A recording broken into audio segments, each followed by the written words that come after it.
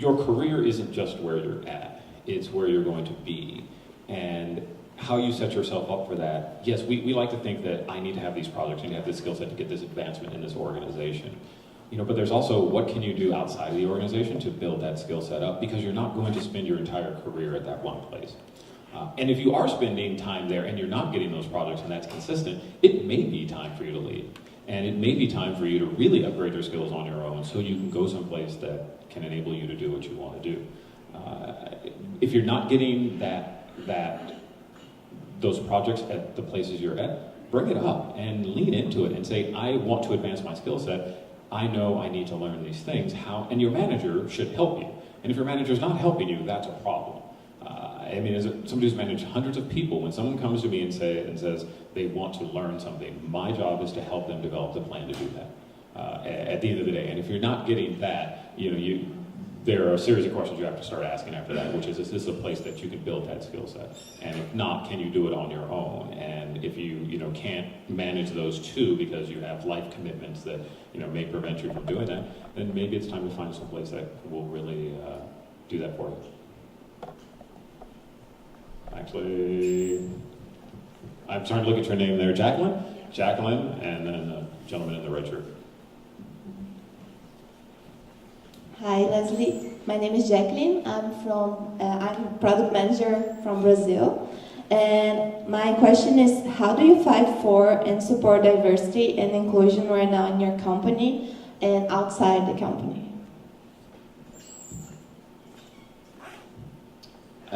Show up and speak up. That's what I try to do. I try to be present and also just realize that I show up. I show up black every day, right?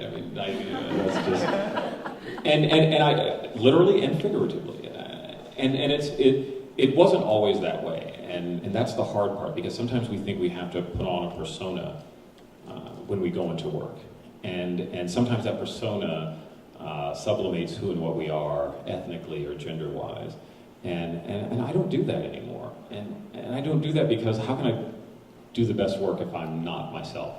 But bring it up in ways that are like, I notice we're hiring somebody. What's our plan? I notice we've interviewed nothing but men. What's our plan? And some people will be offended. Some people will think, oh, why are you bringing that up?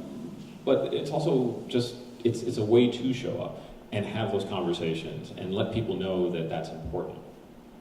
Outside the community, this is part of it, right? Showing up here.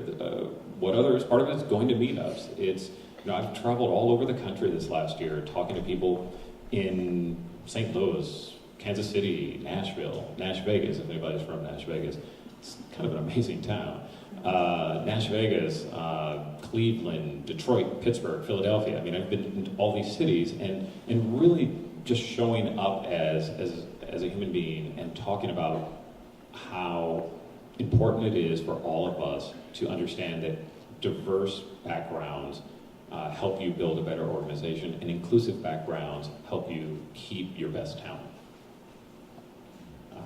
There's something else I was going to say, but the coffee's not working. The red shirt gentleman, this is a Star Trek episode? No? You may not make it. I can just ask if you can hear me. Yeah, but they have to hear you. All right, great. Hi, I'm Zubair. I'm an iOS developer, and my question is that, a lot of technology, you can find online and it's free and it's available. Most of it's front-end work and it's very entry level to understanding a certain skill set. But mainly working at companies that are, the top 10 or top companies require you to have experience within very specific skill sets that are not available to public knowledge. That type of understanding and being able to, create that type of technical stack, what sort of tips would you have?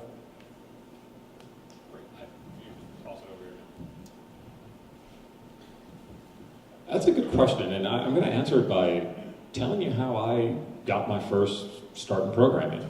Some of you have heard, if you've heard the story, you can leave now. I grew up in a neighborhood that was mainly Hispanic, and it was run by the Norteños. Those of you who are from the area know who the Norteños are. It's a gang, and not a nice gang.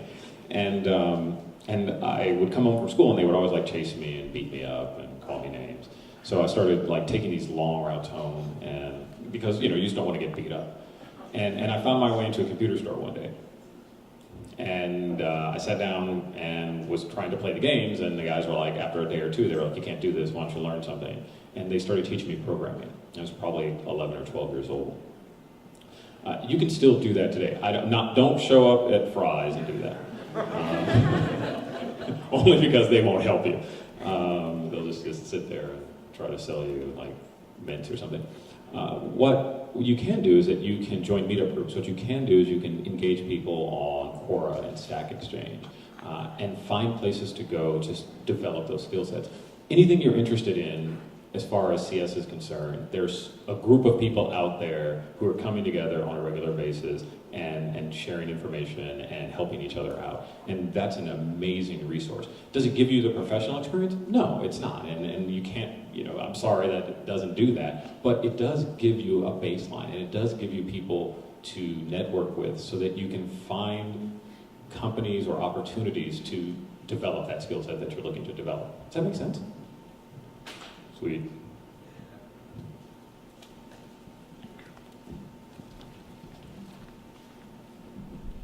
Hi, my name is Qingling. I actually also worked at Walmart.com, so I grew on the Bentonville, Arkansas trip. Did you fly on the Silver Sausage? No, their plane's called the Silver Sausage, and the funny thing, it has the one it listed years ago, so maybe they changed it. But the bathroom doesn't have a door; it has a curtain. Oh yeah, I did fly on that once. It's like you make sure you don't have to go to the bathroom when you go. So my question is actually related to your comment about your career is not always linear. You have to go up and down and sideways. But your story, I can't really hear like you actually went down and sideways, because it sounds to me it's always up. But maybe you just haven't covered all the details. And anyways, the advice, I really just need some advice on that one. So how much of a down that you should consider, and also what are the pros and cons when you decide to, because also I'm trying to kind of switch my career a little bit. So what's the right way for me to go to actually do something I enjoy doing, but not really hurting my career later on because I stepped down?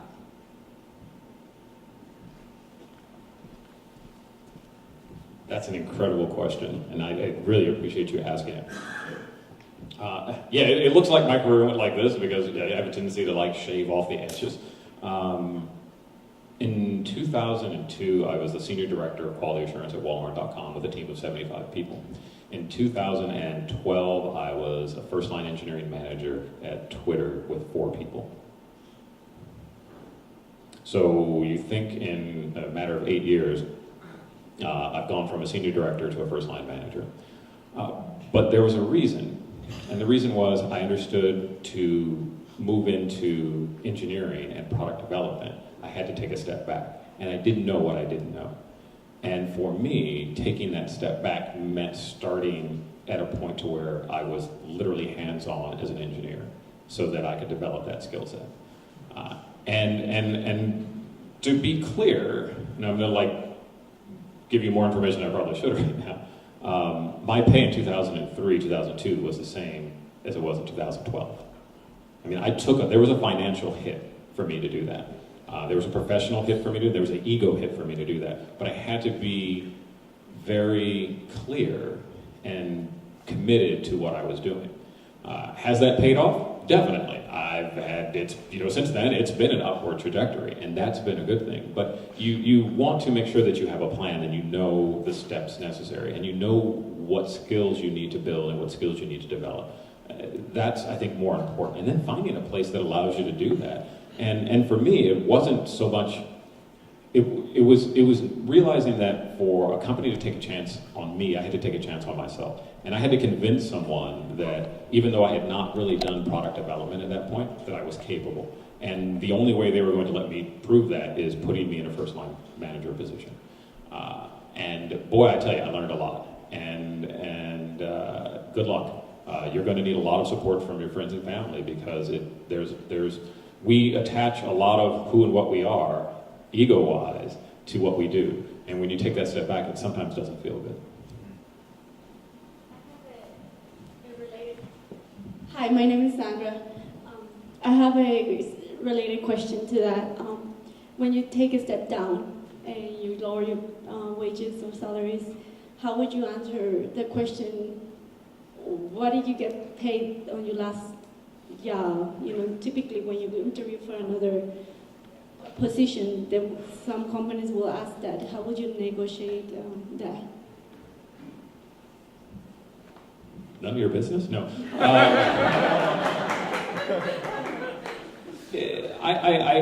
My answer to that question, I've had that question is like, actually I'm going to answer it in two ways. I've had that question and the response I give is, this is the salary I'm expecting. I don't tell them what I got. I said, this is the salary. And then they say, well, we want to know. And I'm like, that doesn't matter. This is what the data supports. I have the data. This is what the data supports. So what I got paid is irrelevant because the salary data is what's relevant. That helps. It's hard to do, right? Because you want to, you're like, I'm interviewing for a job, I have to answer these questions. But, it is a two-way interview. And there are other things that will come up, and other questions that will come up. One of as a manager and as a leader in who manages teams, I get called sometimes for VP positions, for CTO positions, and the recruiters ask me an interesting question. It's like, what was the size of the last team you managed? And the real question that they should be asking is, what's the largest team you've managed? But when they say that and you instantly jump to that answer, if I were to do that, and if I had done that after I left Twitter, and it was like, well, 12 or 15 or 18 or whatever it was, and they're like, oh yeah, we're looking for somebody who's managed 50 people or 70 people. So I answered the question, and I was like, the largest team I've ever managed is 75 people across 3 continents, which is true.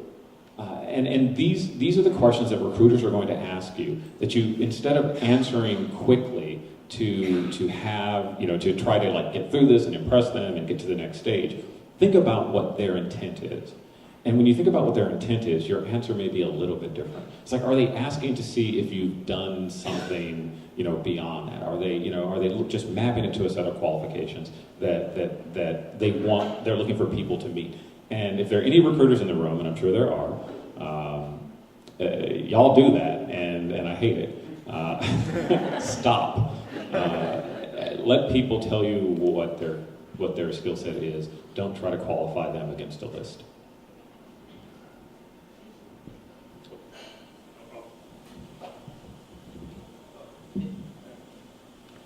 So my name is Martin. Thank you again for coming. My question, and I think you kind of led to it, as someone that's starting coding and development and aspire to create my own tech company, what has stopped you, or maybe not, or maybe you're interested of creating your own company or starting your own tech company?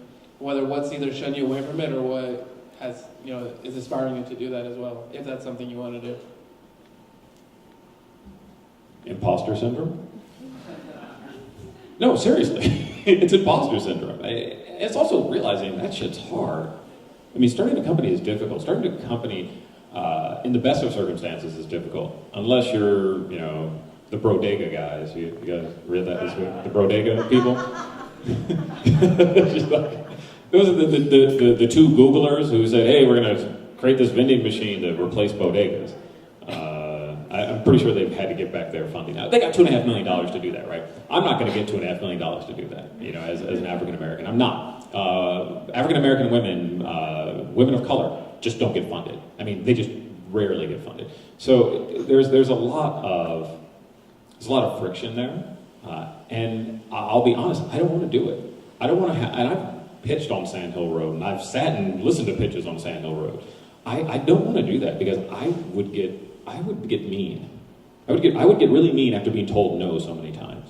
And because I'm not going to show up with the Stanford, the MIT, the CMU degree. I'm not going to show up with I don't fit that pattern, right? I don't. I'm going to walk in, I'm going to be a little bit older, I'm going to be a little bit darker, and I'm going to have a little more experience. And that doesn't fit their pattern.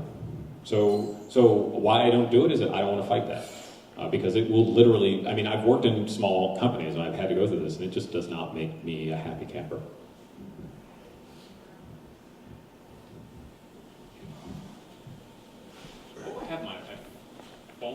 trying to get my steps in today, and I should be doing this, right? Hi, Leslie. Thank you again for showing up and giving your story. So I got a quick question kind of on the opposite end of that whole negotiating your salary. So me personally, I've worked waiting, bartending. I used to be a 3D artist for a while. Most I've ever made was like $22 an hour. So like looking at tech companies' salaries, it kind of really intimidates me in terms of like kind of going out there and like figuring out what I actually am worth. So I guess my question for you would be, how do I figure that out? Like, I guess coming from a non-traditional background without a CS degree, how do I not undersell and devalue myself towards a company?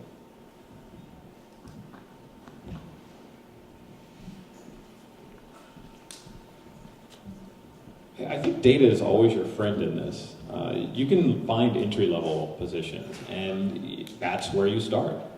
If you've not done the job, but you have the skill set, you go in as entry level, and that way you're not underselling yourself, and you're starting at probably an appropriate place. Something that we talked a lot about at Slack was making sure that people who are coming from non-traditional backgrounds, coming into the organization, that we would be able to support them in what they needed to learn in order to be successful. And that's something that you also want. It's just not going to be about salary. It's going to be finding a supportive environment. It is up to you to do the work, to understand what the market is, to understand what the pay is. And it also is going to be up to you to hold the line.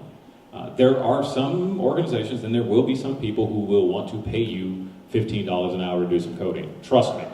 They'll come out and it's like, well, you don't know anything, so why should I take a chance on you? Here's $15 an hour. Don't do it. Don't devalue yourself that way. I mean, it may be a good experience. If it's a friend, yeah, go ahead and do it. But if it's some guy trying to bootstrap and he just wants some cheap labor, don't do it. I have daily affirmations. I do tell myself that I'm here for a reason. I'm here because I'm qualified. Do I have imposter syndrome? Every day. Every day that doubt creeps in. But I also, we say that these are smart people. Think about, I like stories, so I'm going to tell a story. And I hope that this is not being recorded because I'm going to get in trouble. So I was dating a woman, and she is a doctor, and she's a pediatrician. She went to Yale, she went to Cornell. Brilliant. And all her friends are doctors and physicists and all these things. And it's a little bit intimidating when you get in that social environment and not like, I'm the no degree tech dude, and all you people have these, amazing degrees from these amazing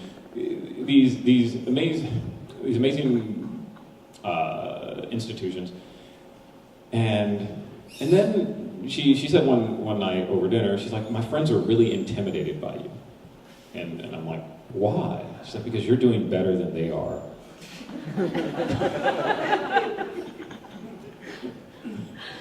That helps me manage my imposter syndrome.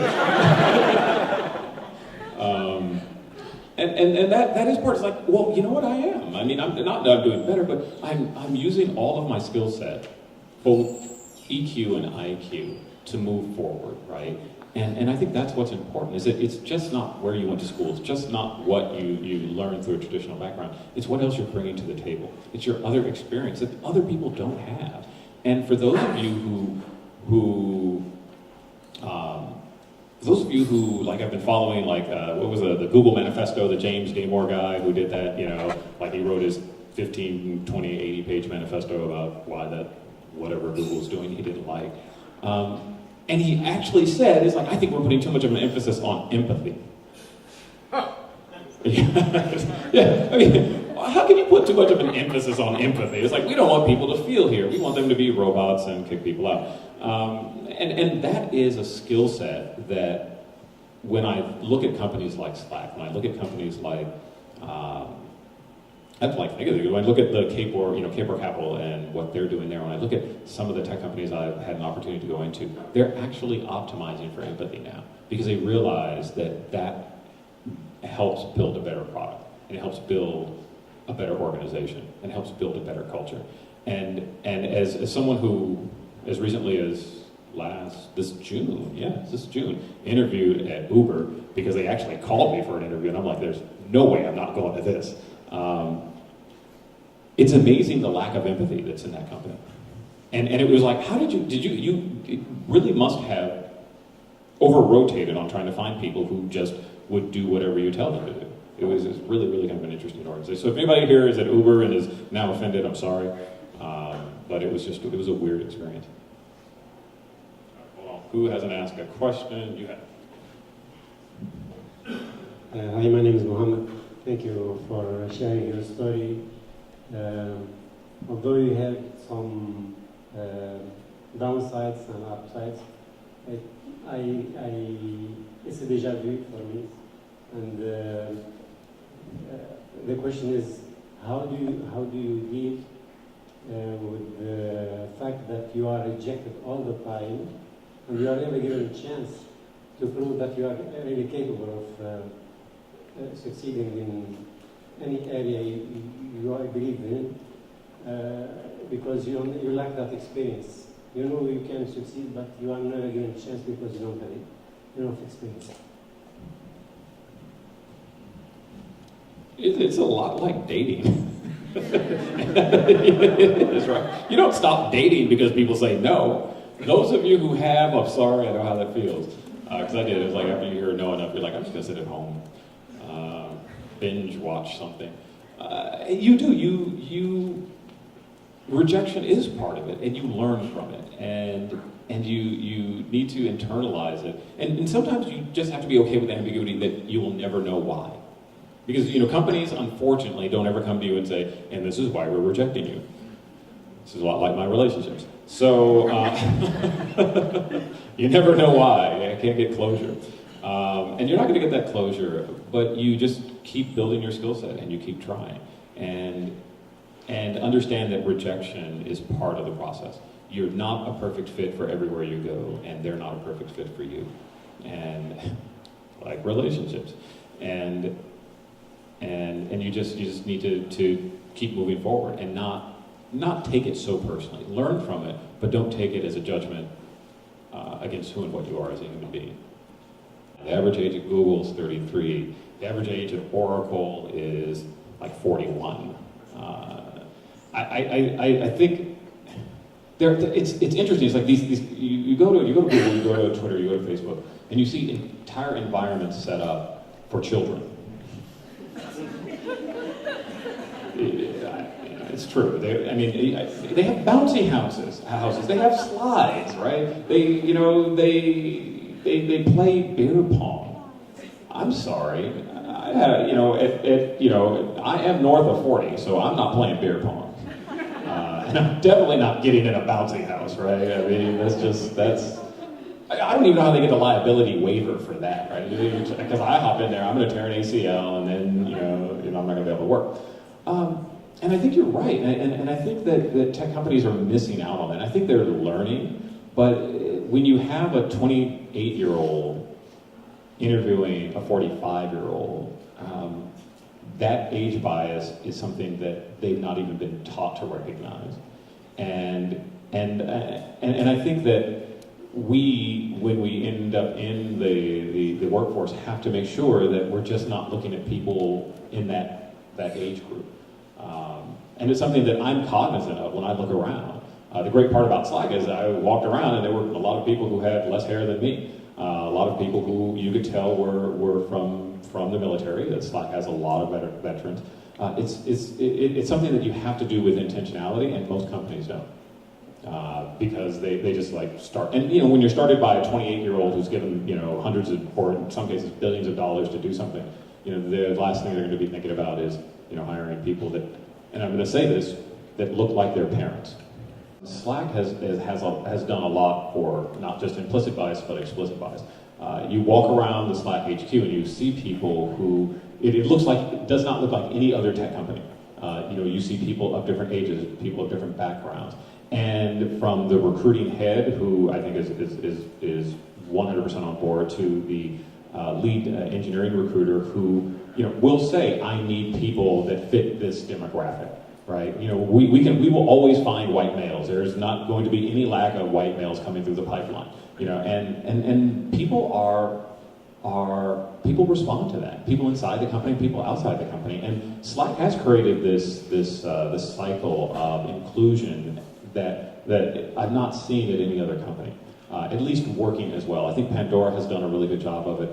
And one of the funny things about Slack is I actually ran into somebody who I worked with 18 years ago, right? So when you just start thinking about that, they're half the age, actually 2/3 the age of the average age of the Facebook employee. So there are people there who fit that demographic, and as I think it was Etsy found out when they were running their own boot camps, and they realized that once they hit about 30% women in the workforce, their referrals became 30%. So I think that's part of it as well. Is once you hit a certain a certain percentage of people there, it becomes self-sustaining.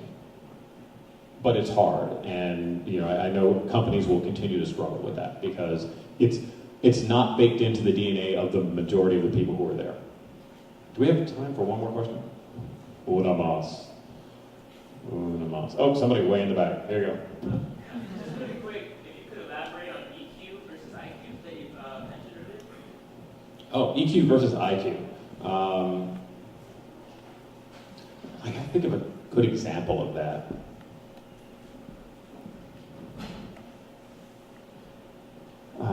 And I'm trying to dig from my background, so and I just may have to wing this one.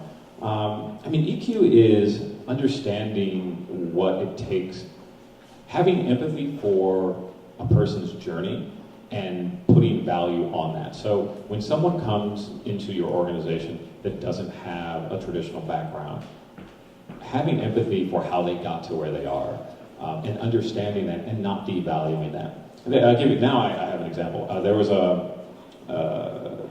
candidate at Twitter, and she was in a hiring committee, and I looked at everyone coming through a hiring committee. I always read the notes, and someone put in the note, it took her 10 years to get her master's. That's a red flag. We're going to do no hire. And I was like, whoa, no, you don't know. Did you have the empathy to ask why? Did you have the empathy to maybe even consider that they had family issues, or maybe they had to leave the country, or you just don't know. And that's like somebody taking their IQ and saying, this is, an intelligent person wouldn't take 10 years to do this. Where somebody with a little more EQ would want to know why before they cancel them. Does that make sense? Sweet. I think my time is up. I want to thank all of you for coming, and